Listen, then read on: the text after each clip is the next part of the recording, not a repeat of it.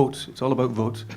And I don't think that they're going to come back with the eco-fit thing. I mean, that was expensive. I think what they tend to do is use their regulatory tools to tilt the field in the favour of the consumer, and I don't know what that might mean in your world, but that's the kind of language I think that they're responding to at the moment.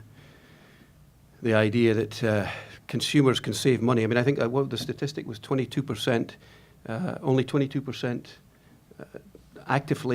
of consumers actively engage in energy efficiency activities because of the cost, essentially. Is that right? That was your own research? The upfront cost. The upfront cost. Well, I think that's a perception. I'm not sure that everybody in the room here would believe that the upfront costs are that high. There seems to be a belief, but we're also told that some of them don't know the difference between renewable energy and energy efficiency, and so think we're talking about the FIT program in Ontario. I think there is a bit of an aversion. I mean, anything that goes close to what McGuinty's done in Ontario or what the NDP are proposing on a carbon tax is toxic to these guys. Somehow they're going to bring in greenhouse gas regulations for the oil and gas sector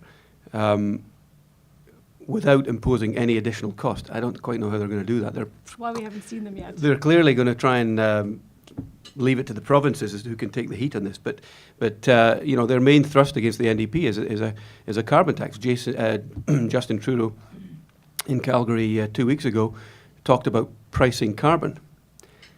Even the Conservatives in the speech from the throne talked about making polluter pay. But again, we have no vision of how that might look.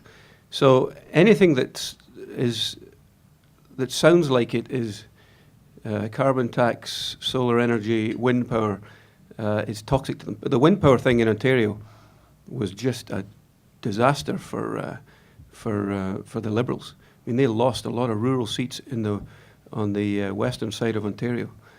So anything that smacks of that, I think, is not going to work. But if you start to talk about saving the consumer money, that's a vote winner, and they do respond to that.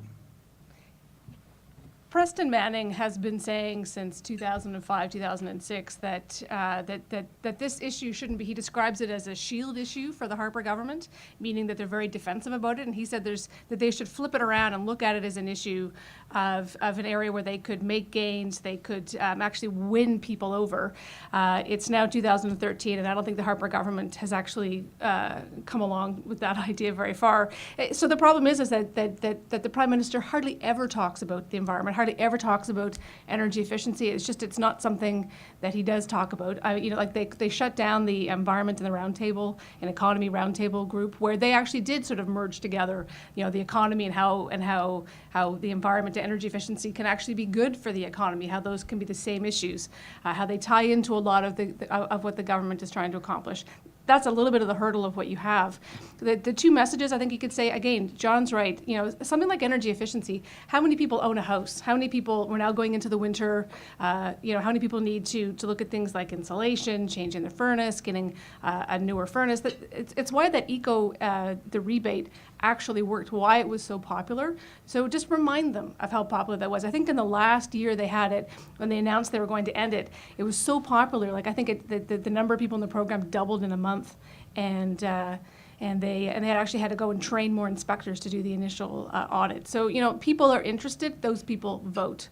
They're in that age group where they go out and they vote. So tap into that. I would also say that the federal government is falling behind on its Copenhagen target. I mean, even their own internal records are now showing that even with these oil and gas regs, they're not going to hit their 2020 target. They want to be able to hit that target to save a little bit of face.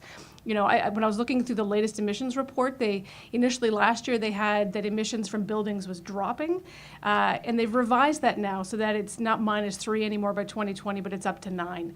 So clearly they know that it's not even just homes that are going to be an issue, but it's buildings in general. And so they used to, so tap into that as well, that it's not just a home program that you could have, but have a program to sort of to look at a lot of those old buildings and kind of turn that around, to try to help Canada to meet that target on the international stage, as opposed to getting to 2020 or even to 2015 and have it be very obvious that we're not going to meet it.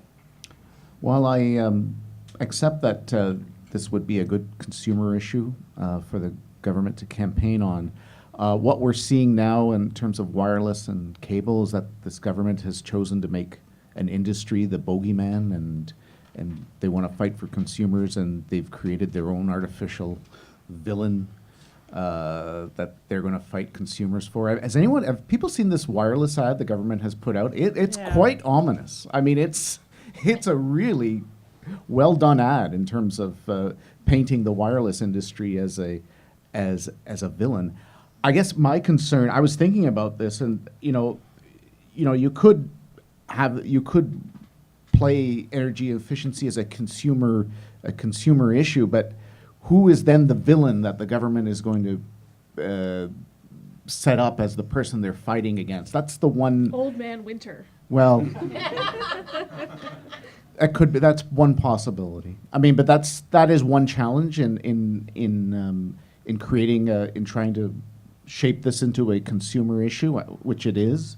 But I'm going to reiterate that for now, I would look ahead and think of something for the 2015 budget, because I don't think the next budget is going to be look ahead to 2015. That's where money might be available. And I don't think this government is into, I don't think they're into mandating although they did mandate light bulbs at one point. But The regulations are changing. yeah. It's back when John Baird was environment minister. But stuff like I think they're very wary of like maybe consumer campaigns or information campaigns. I think the 1 ton challenge turned out to be a bit of a flop, and I don't think they'd want to go into that direction. But